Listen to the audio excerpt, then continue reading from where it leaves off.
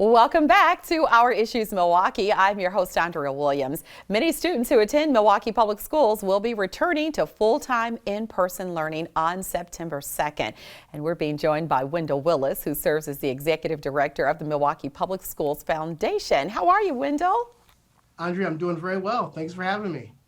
I appreciate you being here. Like I said, a lot of kids are going to be going back to school in just a few days, actually. It's right around the corner. So right off the bat, what are some of the initiatives that you have in place as you kick off a brand new school year?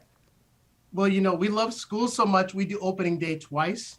So actually last week we had our 40 early start school starts, but 120 other schools will be kicking off September 2nd. So as we gear up for back to school, we really try to put an emphasis on our youngest group, making sure they are well prepared as they go back in. Not that we don't do things for the older group as well, but making sure our elementary students feel welcomed and appreciated. And so our biggest piece with the foundation last really 4 or 5 years, but now a full 6 years of us being involved in the effort. 88.9 Radio Milwaukee and the Milwaukee Business Journal had kicked off this campaign called No Empty Backpacks. So for us, it's really a great time to show the community spirit and making sure our young people are prepared for day one with the supplies they need. Even if we get it out a couple of days or a few days later than school starting, we just want to make sure that we push and promote that endeavor.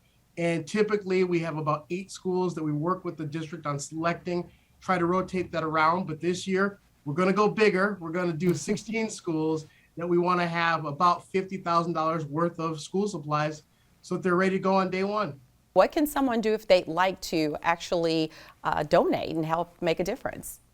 Well, the easiest thing to do is you can either go to mpsfdn.org or you can go to 88.9 Radio Milwaukee. Either place you can go and click on No Empty Backpacks, and from there you can donate and help us out. So we've in this kind of middle of COVID world, I think that we're in. I'm not sure if we're out yet, but we made this transition last year. In years past, we used to ask people to drop off supplies at bins and locations around neighborhoods all throughout Milwaukee. We found that to be, while it was a great project and program to do it that manner, really what is helpful was to build a completely online platform. So we removed the volunteer component of having to go package these backpacks and supplies up. So really a kind of a 5-fold collaborative. So the germination of the idea came from 88.9, then the Business Journal merging together to get the donations. We came in and became kind of the receptacle for that. And then last year, we found a minority-owned, women-owned company called Best Ed, which actually works to package and get a lot of the supplies delivered and ready for our students. And then what we used was another third-party vendor, Beyond Vision, which has been a great partner, and their manufacturing team actually will assemble the entire kit. So it's been great. We can go right from their facility, right to our schools. It's an easy shipment. And this year will be even better because instead of having students have to drive through and get their supplies and have these at-home kits, we can finally have everything at the school because our students are back. So we're so happy to just be able to welcome them physically back to buildings. Yes, I think it's great, and it's so important to have the kids be excited when school starts. And you did mention that, we are still kind of finding our way towards the end of this pandemic, so we have our fingers crossed, but there are still some things that we are maneuvering. So when the kids go back to school at MPS, will they be wearing masks along with the teachers? Yes, everyone will have masks in MPS. For us, it was, I think, a fairly easy decision. I think most of the teachers, most of the parents, most of the students, we had been used to it in the spring. And we just said, yes, it's not going to be absolutely comfortable. We've all been in kind of the hot school buildings. So just having met with the superintendent, having our masks on when we meet, it's not ideal, but hey, we can get it done. And we know, I think the reality is, while there were some positive things happening from an online platform that you can get, we still do know that the best connection we all have as humans is in person. So when we go back this fall, we want to take the best of what happened online and with technology, bring that back into the classroom and do some type of hybrid things and programs, because we know that, I know my student in my house definitely won't want to hear this, but we can eliminate snow days now because we know how to do these virtual conversations. So we can Right. bridge the best of both worlds if you like that or if you don't like that. So either way, it can happen.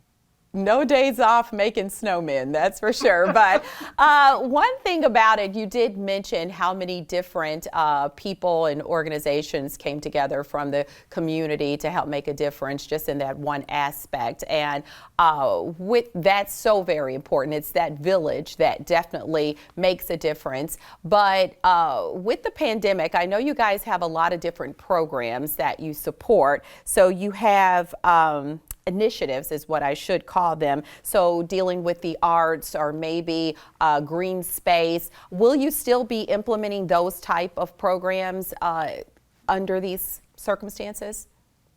That's absolutely it. For us, it's only one way to go, which is fast and furious. We just keep building on. So, much like last year when we started talking about the internet project, for that instance, we relied on one or two primary board members like Atina Chang and her company SysLogic. They help, really drive the path forward to a great online and secure platform to use for a Wi-Fi hotspot. And so the district didn't have to really do the research. We could rely on her and her team. We just needed to fundraise and implement. So that was great. When we look forward, we're doing things with like the Wisconsin Conservatory of Music. So when you say it takes a village, we have board members on both sides of the house that are saying arts are important. Let's make sure we get collective impact together because no one entity can do this alone. When we go back to school, actually September 22nd, September 22nd, we'll be doing a ribbon cutting at Obama High School for a state-of-the-art HVAC lab. So, high efficiency, teaching our students to be technicians if they want to, or if they don't, they can still take the class and have transferable skills into other industries, but really getting our students ready for both college or career.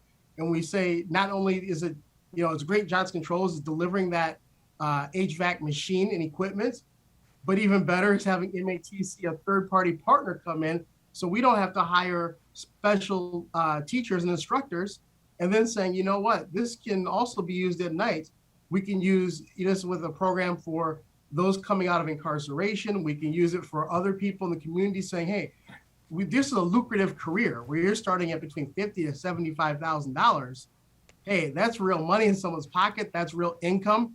And that's what we really want to see in the long term. A lot of our programs and initiatives, I hope they actually go away. We just did one this summer around nutrition with a number of community partners, Greater Milwaukee Foundation, the Milwaukee Response Fund, others jumped in and helped us do a meal delivery program. But I would love the day where all of our Milwaukee citizens have enough income where they never need a meal delivery program again. That's why I want to exist. If we can provide the equity to start with, but also offer people a solution that is real time, that offers a pathway towards economic self-sufficiency, I don't want us to have to go backwards with these programs. And yes, it might be great to expand some of them, but some of them I would like to eliminate because we actually got people on their feet properly. Yeah. Yeah. And really looking back at 2020, very trying year, challenging for all of us, but specifically for teachers and parents and students trying to get through the school year. But the MPS Foundation, through all that was going on, I think it proved to be a really good year in terms of being able to produce what was needed for the students, whether it was the food, getting those tablets, which you came on to talk about. And then you had Chris Middleton, since, we're so proud of our Milwaukee Bucks. He even helped make a difference during this very critical time. Well, you have to really kick it off there. I've always said to the team, even prior to anything happening this summer, they have been world champions off the court in so many ways, because every time that I've ever asked them for anything, whether it be in management or could a player do this or could someone step up, they always respond back with yes. And what else do the students need? What else do your kids need? So I think when we first launched and talked last year about, hey, we're all going home, we know we need the basic elements: school supplies, food, and then eventually internet as three basic needs. And the first basic need, Chris Middleton and his team reached out and the Bucks said, look, we know this fits with what he's looking to do. we think, Wendell, just be introduced to his management team and we can bring it home. And we sure did. And they stepped up, and the multitude of thank yous that we gave them. I tell you what, that's a class act person all the way through and truly a world champion, because he never said, you don't need to send me anything. I am very happy to do it. His team was happy to do it.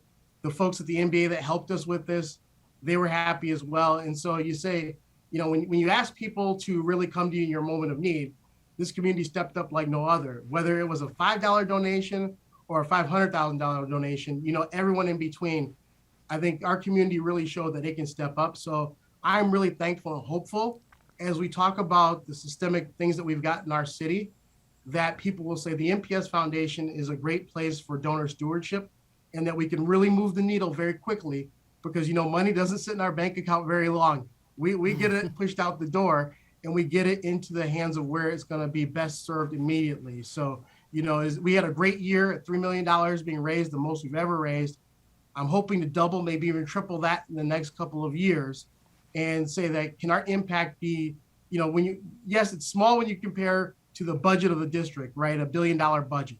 At the same time, though, that $3 million is a need that school board funds really can't fill because of their contractual obligations or the needs that they've got to serve. So when we're doing something, it's a dire strait. It's a need that's most immediate right now. And so I think it makes our donors feel great.